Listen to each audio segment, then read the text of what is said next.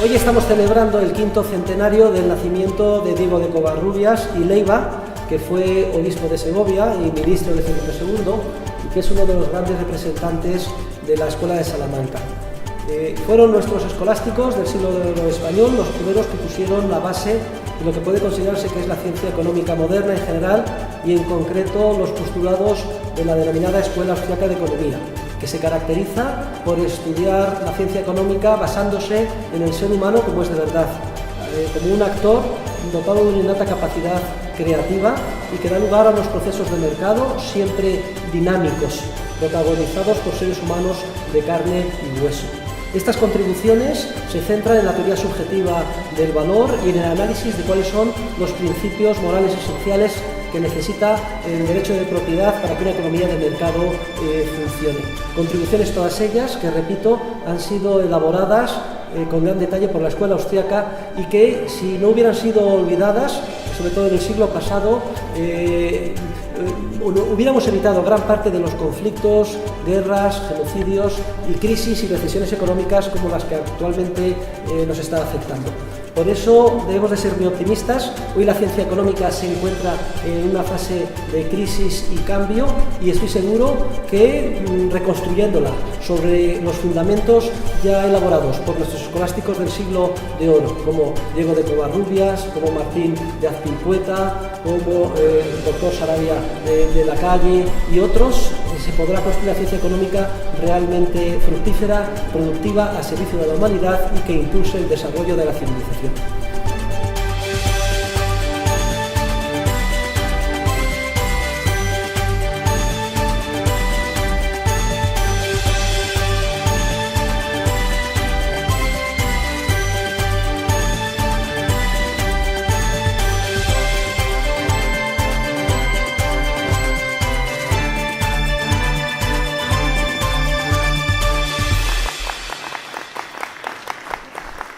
Muchas gracias de nuevo al señor obispo, a los miembros del Cabildo Catedralicio, a todos los presentes. En esta intervención mía de clausura, lo que yo voy a intentar es poner el acento en la influencia que las contribuciones de nuestros escolásticos del siglo de oro en general y en concreto de nuestro gran Diego de Covarrubias, en la gran influencia que tiene en nuestra situación actual. Es decir, qué relevancia tiene el pensamiento de los escolásticos de nuestro siglo de oro en nuestras vidas hoy, aquí, en esta circunstancia que nos ha tocado vivir. Y son realmente profundas esta influencia. Si algo podemos constatar, los profesores de economía, es que hoy en día, y creo que esto también se sentirá a nivel popular, la ciencia económica se encuentra en una profunda crisis. Estamos en una gran recesión económica, hay millones de parados, parece que la ciencia económica no ha sido capaz de dar respuesta a las exigencias, a los desafíos que tenemos derecho los ciudadanos a pedir de ella. Y esto es una realidad, esto es una mea culpa, esto es un reconocimiento público que hago aquí.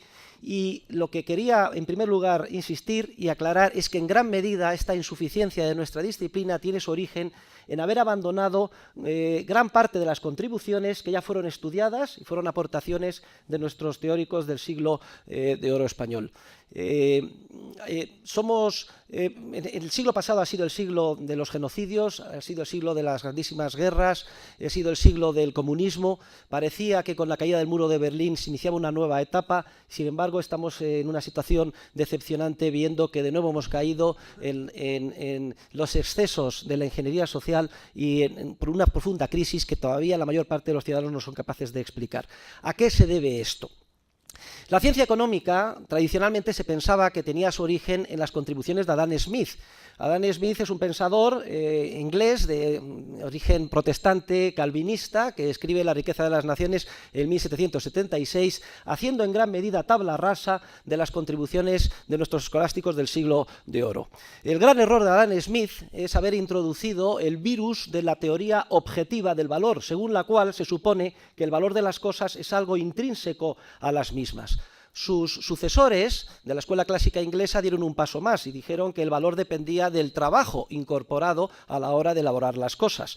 Y aunque se dice que los teóricos de la escuela clásica inglesa son liberales, partidarios de una economía de mercado, en realidad lo que hicieron fue servir en bandeja a Carlos Marx y a los teóricos marxistas la teoría de la explotación, que luego sirvió de alimento ideológico a todos los genocidios y graves conflictos y guerras que han asolado la humanidad en el último siglo. Si Adam Smith hubiera releído las contribuciones de los escolásticos y les hubiera hecho caso, no habría caído en este error. Porque el gran Diego de Covarrubias, en 1555, y aquí tengo el volumen 2, página 131, ya expone por primera vez, mejor que nadie, articula la teoría subjetiva del valor, donde indica que el valor de una cosa no depende de su naturaleza objetiva, sino de la estimación subjetiva de los hombres, y añade, incluso aunque tal estimación sea alocada. Y además pone el siguiente ejemplo. Dice, el trigo tiene exactamente la misma naturaleza objetiva aquí y en las Indias, y sin embargo, en las Indias su valor es mucho mayor, porque allí es más escaso y los hombres lo estiman más. Teoría subjetiva del valor, que es completamente contraria a la teoría errónea objetiva que después Adam Smith desarrollaría. En la misma línea tenemos a otro escolástico, Luis Sarabia de la Calle. Expone su obra en castellano, ese es un mérito, la titula Instrucción de Mercaderes.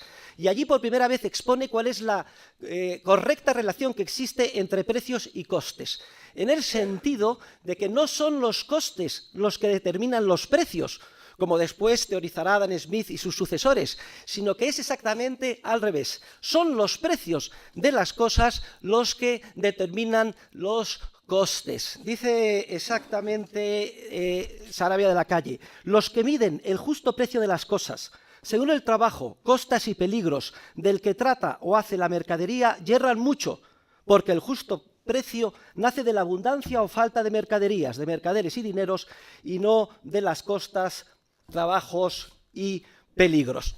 Fíjense ustedes, no es el coste el que determina el valor, ni mucho menos el coste del trabajo, sino la estimación subjetiva, la escasez, la abundancia y también el espíritu empresarial, instrucción de mercaderes. Él llama mercader a los empresarios. Es la figura del empresario dotado de una innata capacidad creativa, aquella sobre la que pivota todas las contribuciones de nuestros escolásticos. Es el ser humano dotado de libre albedrío frente al ser humano predestinado de los protestantes y calvinistas. Y es importante porque Adam Smith también inocula otro virus letal en nuestra disciplina, que luego desarrollan incluso hasta hoy mis colegas, que es la obsesión por estudiar un fantasmagórico mundo de equilibrio, donde toda la información esté dada, donde los responsables de la ingeniería social puedan moldear nuestra vida a su antojo. De hecho, Adam Smith centra su programa de investigación en el estudio del equilibrio a largo plazo y no del estudio de los precios que se dan cada día en el mercado. Y sin embargo, nuestros escolásticos ya habían aclarado perfectamente la cuestión. El gran Juan de Lugo, en 1615, se pregunta, ¿está dentro de la capacidad del ser humano llegar a descubrir cuál es el precio de equilibrio de las cosas? Y contesta, que el precio justo de equilibrio de las cosas depende de tan inmensa cantidad de circunstancias que solo Dios puede llegar a conocerlo. Pretium justum mathematicum licet soli Deo notum. Esta lección la deberían de aprender mis colegas que hoy en día se obsesionan por elaborar enormes modelos matemáticos, los denominan con gran rimbombancia Dynamic Stochastic General Equilibrium Models, modelos dinámicos estocásticos de equilibrio general, con miles de fórmulas, programas tremendos, ordenadores, en los que se prevén todos los posibles escenarios, con la finalidad de que Papá Estado se ocupe de nuestras vidas y se solucionen, se consigan todos los objetivos y se obvien todos los problemas. Sin embargo, muy recientemente, Alan Greenspan, el gran artífice de la crisis que hoy todos sufrimos, ha publicado un libro que se titula El mapa y el territorio. Lo acabo de leer y hay una cosa buena en el libro. Reconoce que ninguno de esos inmensos modelos a los que se han dedicado millones y millones de dólares y euros ha tenido éxito, que todos han fracasado. Dice que incluso el modelo matemático más sofisticado y en el que más se invirtió, con más miles de científicos, que era el modelo de la Reserva Federal, fracasó lamentablemente en esta crisis. Y lo mismo con el modelo del Fondo Monetario Internacional y con los modelos matemáticos del Goldman Sachs. Y dice, no me puede explicar a qué se ha debido la crisis. Pobre Alan Greenspan. Si hubieras leído a Juan de Salas, en 1647, se pregunta, ¿es posible que podamos hacernos con la información que a nivel de a pie los seres humanos continuamente generan en el mercado? Y contesta, esa información es tan inmensa, tan grande, que quas exacte comprehendere et ponderare Deo est, non hominum. Es decir, que solo Dios y no los hombres pueden llegar exactamente a comprender y manejar y entender esa información, ese conocimiento. En pocas palabras, tenemos en nuestros escolásticos una lección de humildad, de que el orden espontáneo del mercado, protagonizado por los seres humanos de a pie, miles de millones de seres como somos nosotros, continuamente estamos creando y generando nueva información, nuevo conocimiento sobre fines y medios, de una manera creativa. De hecho, si hay un punto de conexión entre el Dios y el hombre, si el hombre ha sido creado a imagen y semejanza de Dios, podríamos decir que precisamente ese punto de conexión radica en la innata capacidad creativa del ser humano. Dios, como creador por amor de todas las cosas, habría querido transmitir al ser humano esa faceta suya de que a pesar de todas nuestras miserias somos continuamente capaces, continuamente de crear, de descubrir nueva información, nuevo conocimiento sobre fines y sobre medios. Y esto es esencial porque da lugar al proceso de cooperación que también estudian nuestros escolásticos. Y concretamente debemos, y es una tercera aportación de enorme valor, el concepto dinámico de competencia, que ellos en latín escriben con el nombre de concurrentia. Tenemos el libro, por ejemplo, de Jerónimo Castillo de Bobadilla, Política para corregidores, en el que explica que la competencia es un proceso de rivalidad y que cuando los empresarios unos a otros tratan de emular, emulatio es el término que utiliza, lo que hacen es servir mejor a los consumidores y hacer bajar el precio. Y esta concepción obvia de la competencia choca de lleno con la competencia tal y como la describen en los modelos matemáticos mis colegas del equilibrio, como un fantasmagórico modelo de equilibrio estático que llaman de competencia, y para mayor risa, perfecta, entre comillas, que se caracteriza porque todos los empresarios hacen lo mismo, nadie hace nada distinto, nadie trata de superar ni emular a los demás y además todos venden el mismo producto al mismo precio. Es decir, denominan competencia y además la califican de perfecta a un simple estado que si por algo se caracteriza es porque en él nadie compite. Y todo de nuevo por olvidar las contribuciones de nuestros grandes escolásticos del siglo de oro español. Y podríamos estar mucho tiempo revisando otras partes de la ciencia económica. Quizás sea relevante en estos momentos referirnos a la teoría monetaria, porque nuestros escolásticos fueron testigos de excepción de unas circunstancias económicas que no se han vuelto a repetir hasta hoy. La llegada masiva de metales preciosos, en suma, el incremento tremendo de la oferta monetaria como consecuencia del descubrimiento de América. Digo incremento tremendo, pero en realidad fue un juego de niños en comparación con el que hemos experimentado hoy, porque para que se hagan una idea, la oferta monetaria se duplicó en un siglo. Y sin embargo, con las tasas de crecimiento que hemos experimentado desde comienzos de este siglo hasta la recesión, algunos años han sido del 7, del 8, del 9, del 10 y del 14% de crecimiento de la masa monetaria, tanto en Estados Unidos, sobre todo, donde la borrachera monetaria ha sido espectacular, y en menor medida, pero también en Europa, lo que supone duplicar la masa monetaria cada 7 años, no en un siglo, sino cada 7 años. Y ya nuestros escolásticos teorizaron perfectamente los efectos perturbadores de ese crecimiento monetario, de lo que hoy denominamos inflación. Tenemos la aportación clarísima del gran doctor navarro, Martín de Azpilcueta, que explica clarísimamente que el dinero vale menos en España que en Francia porque aquí es más abundante. O dicho de otra forma, que los precios nominales de las cosas en España son mucho más altos que en Francia. En realidad la idea es lo que hoy se conoce con el nombre de teoría cuantitativa del dinero, ya había sido enunciada por Nicolás Copérnico años antes, pero no con tanto detalle ni aplicada a los hechos económicos concretos como lo hace Martín de Azpilcueta, al que debemos también otra contribución muy meritoria, que es haber recogido la antigua doctrina tomista de la preferencia temporal, según la cual las cosas hoy valen más que las cosas en el futuro desde el punto de vista de la justicia. Y esto es importante porque la teoría de la preferencia temporal es la que está en la base de la concepción o de la fundamentación y de la legitimación del interés como precio clave en el mercado de los bienes presentes en función de los bienes futuros. Y en esa época había todo el debate sobre la usura y el interés, y son nuestros escolásticos los que ya empiezan a tratar de buscar cómo se puede aceptar el interés en determinadas circunstancias o condiciones, es decir, abrir una puerta al oxígeno que necesita el mercado, que es el préstamo con el interés, la remuneración del necesario ahorro para financiar las inversiones. Pero la contribución de Azpilcueta en el ámbito monetario hay que completarla con las contribuciones de otro grandísimo escolástico, nacido en Talavera de la Reina, creo que sitio muy querido para nuestro señor obispo, en 1537, el gran padre Juan de Mariana. Juan de Mariana, bueno, antes de entrar en sus contribuciones monetarias, ya saben que le encargó Felipe II un pequeño manual para educar al futuro rey, Felipe III, que se plasmó con el título de Rege et Regis Institutione, sobre la monarquía y la institución real, donde Juan de Mariana desarrolla la teoría del tiranicidio. Manifiesta el Juan de Mariana que, bueno, primero define al tirano.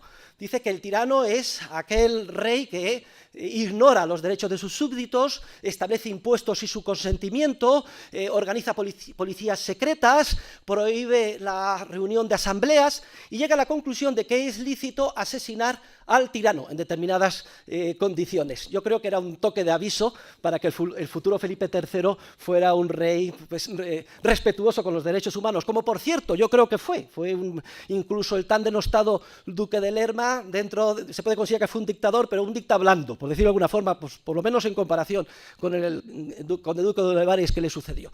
Entonces, esa doctrina del tiranicidio es importante porque el libro fue quemado públicamente en París, dado que se decía que había sido utilizado para justificar los asesinatos de los reyes franceses Enrique III y Enrique IV. No fue quemado en España, yo creo que todo lo que joroba a los franceses, a los españoles nos encanta, aparte de que estaba escrito en latín y se pensó por las autoridades que su impacto popular no sería demasiado grande.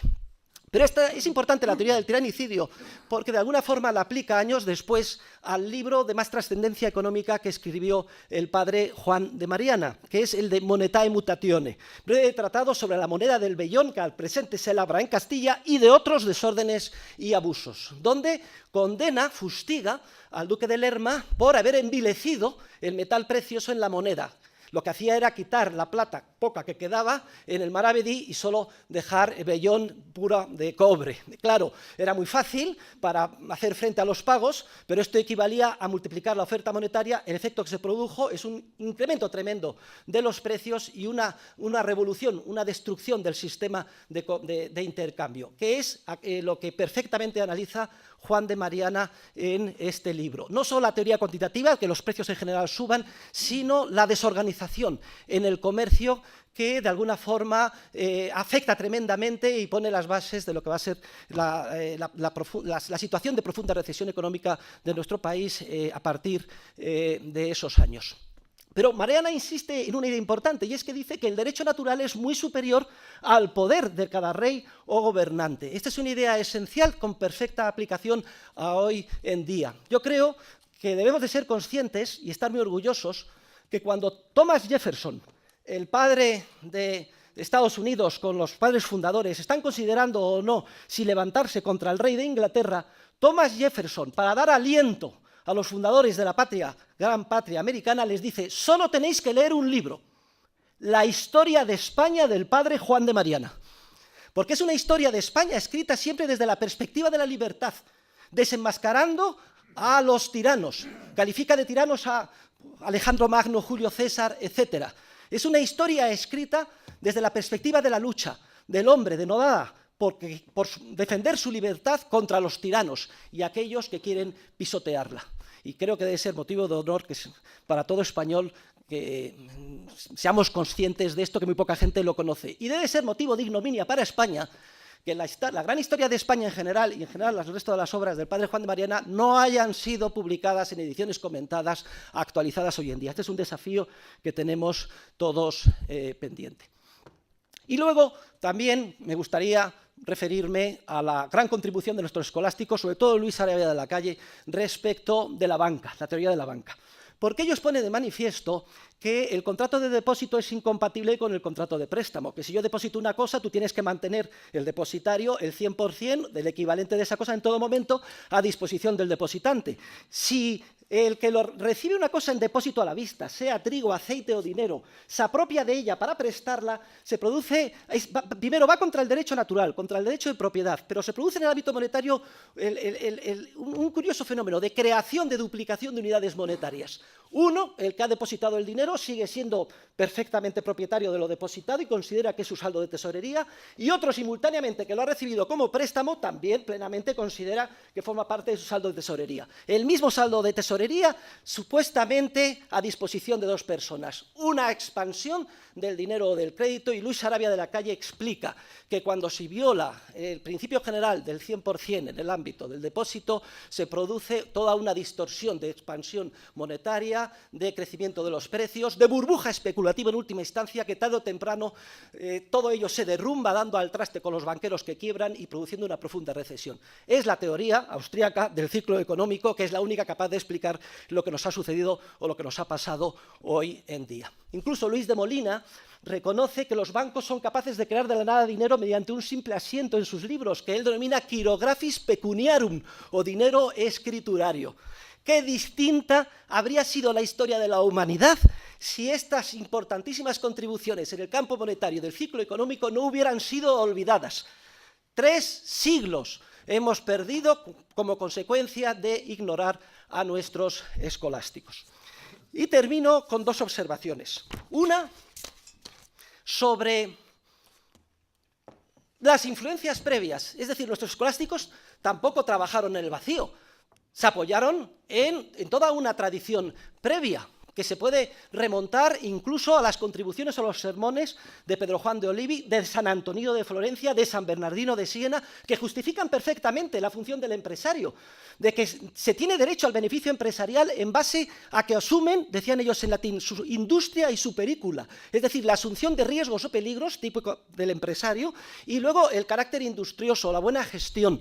Pero a su vez ellos se apoyan en toda la tradición aristotélica que se puede remontar hasta Santo Tomás de Aquino, que a su vez es heredero de toda la tradición de los jurisconsultos del siglo clásico del derecho romano, porque tenemos Gallo, Ulpiano, Papiniano.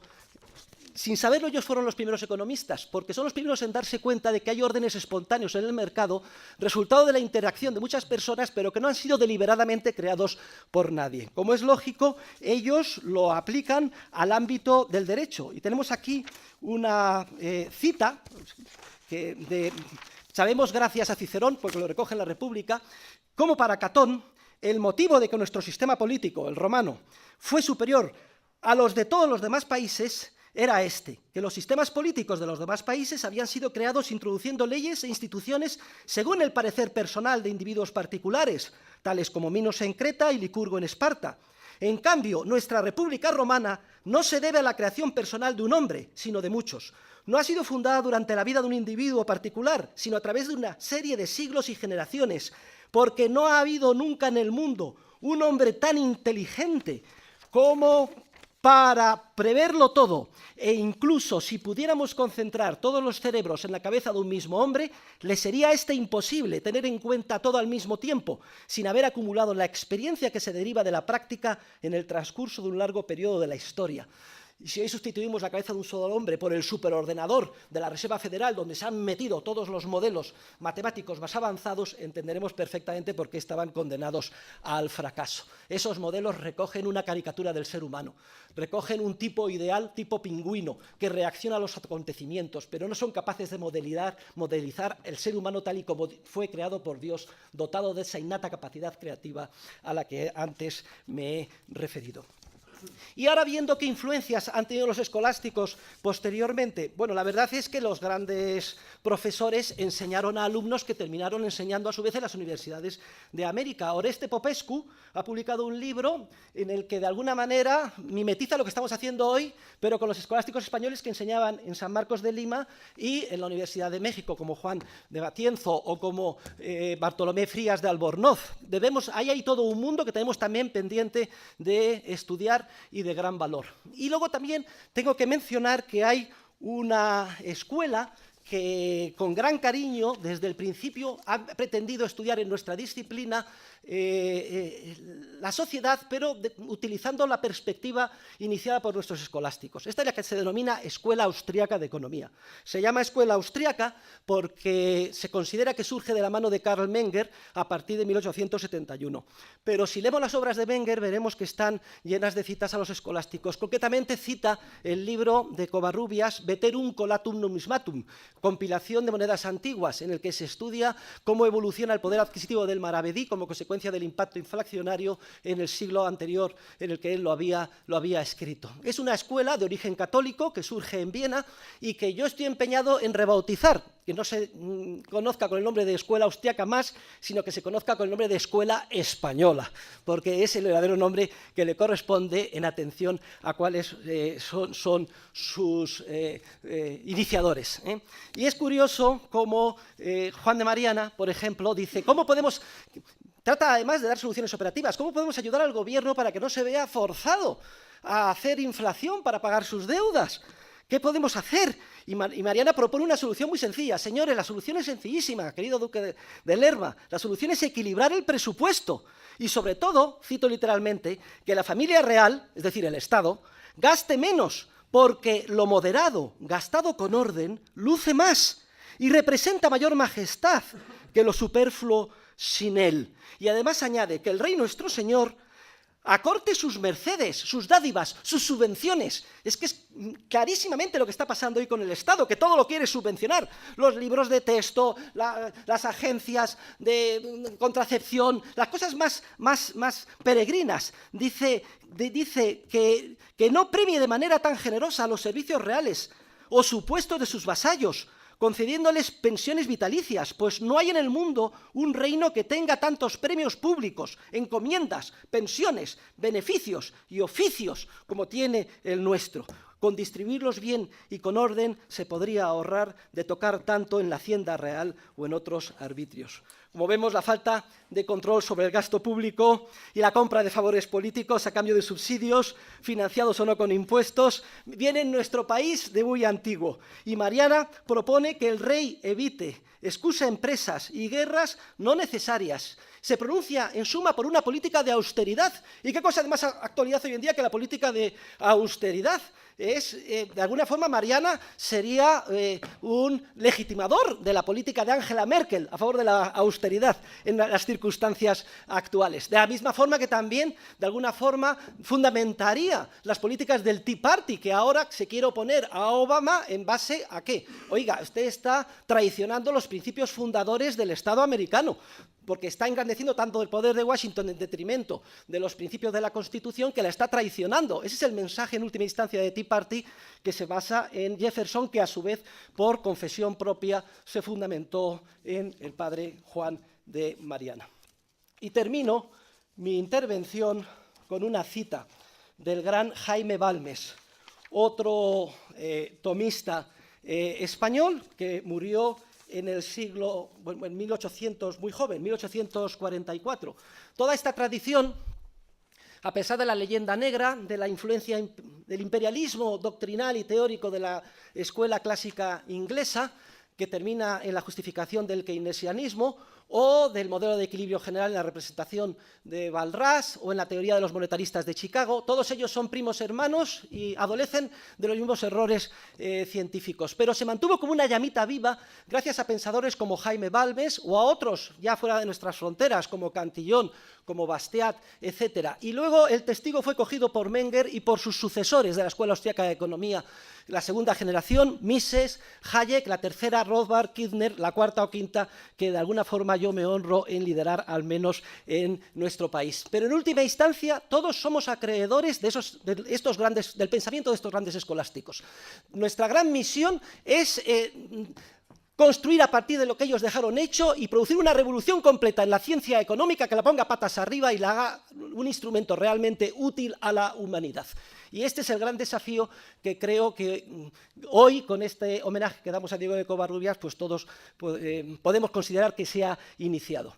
Y voy a leer la semblanza que hace Jaime Balmes, en este caso de Juan de Mariana, pero creo que es aplicable a todos los escolásticos y en concreto al gran Diego de Covarrubias. Dice lo siguiente: consumado teólogo, latinista perfecto, profundo conocedor del griego y de las lenguas orientales, literato brillante, estimable economista, político de elevada previsión. He aquí su cabeza. Añadid una vida irreprensible, una moral severa, un corazón que no conoce las ficciones, incapaz de lisonja, que late vivamente al solo nombre de libertad, como el de los fieros republicanos de Grecia y Roma, una voz firme, intrépida, que se levanta contra todo linaje de abusos, sin consideraciones a los grandes, sin temblar cuando se dirige a los reyes. Y considerad que todo esto se haya reunido en un hombre que vive en una pequeña celda de los jesuitas de Toledo, y tendréis ciertamente un conjunto de calidades y circunstancias que muy rara vez concurren en una misma persona. Muchas gracias.